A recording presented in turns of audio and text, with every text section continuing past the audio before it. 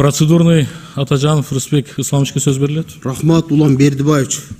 Урматтуу депутаттар, урматтуу бүгүн жыйын катышуучулары, Кемпирабад суу сактагычын суу ресурстарын биргелешкен башкаруу жөнүндөгү азыркы долбоорду жабык эшик артында карасак жакшы болот эле. Мен сунушумду добушка коюңуз, Улан Бердибаевич.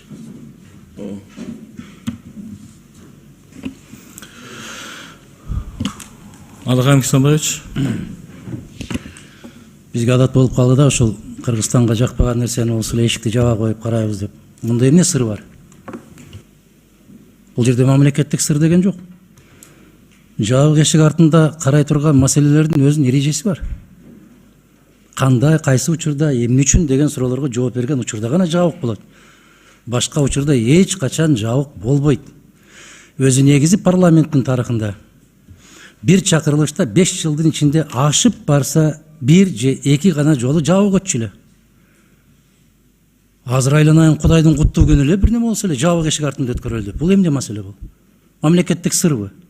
Сиз министрдин орун басарысыз, эмне сыр барбы мамлекеттик бул жерде? Мен башынан аягына чейин окуп чыктым, ал жерде эч кандай сыр жок. Сөз суу жөнүндө гана болуп атат. Эмнеси жабык болот? Улан Бердибаевич, мен сунушум добушка койсоңуз, эми Кемпирабад бул өтө бир көйгөйлүү маселе да. Анан бул жерде эми баарыбыз жакшы билебиз. Кандай коом болуп өттү. Ошон үчүн азыр жабык иретинде карасак, мезгил келет, бүт ачык талкуу болот, палатага чыгат. Нуржигит Кадырбекович. Ассаламу алейкум.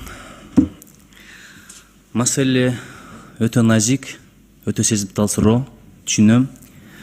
Биз эми депутаттарыбыз да эмоция калтырбасак, ушул эми балким жакшы ниет менен эки өлкөнүн ортосунда мындан ары тирешүү болбосун, чек араны чечип коелу 100%, баягы чек арадагы инциденттер кайталанбасын, бейпилдик, аманчылык, ынтымак, береке болсун деген ниет менен ушул аракет болуп аткандыгын туура түшүнөбүз. Бирок бир нерсе бар да, назардан калып туруп бүтүргөн иште береке болчу маселе. Мен жакында барып келдим. Көпчүлүк ушул маселеге абдан кыжылат да. Мен негизи эле сунуш кылат элем, ушул маселени мамлекет башчыбыздан сураналы. Биз сыйлайбыз, урматтайбыз, керек учурда саясатын колдойлу.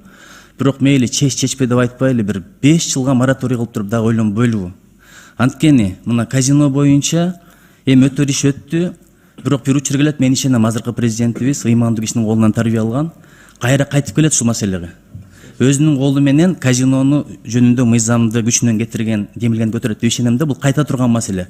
Бирок бул маселеде жаңылып калсак, аркага жол жок. Көпүрөнү өрттөп жиберебиз да.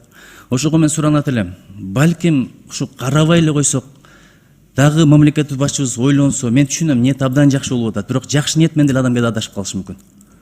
Ошого ушунча элдин жүрөгүн оорутуп, ушунча назардан калып, шашпай турсак жакшы болот эле, шашкан шайтан иши деп коет.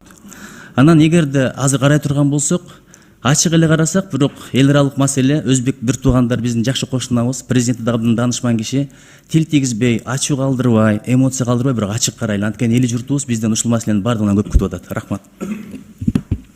Рахмат. Урматтуу депутаттар, регламент боюнча депутаттан сунуш түшкөндө мен аны добушка коюуга милдеттүүмүн. Атажанов Рысбек Исламовичтен аталган маселени жабык түрүндө кароо боюнча сунуш түшүп атат. Ошону добушка коем. Макул деген депутаттар добуш берип койсоңуздар. Макул 7, каршы 3. Рахмат. Көпчүлүгү менен аталган маселе жабык каралат.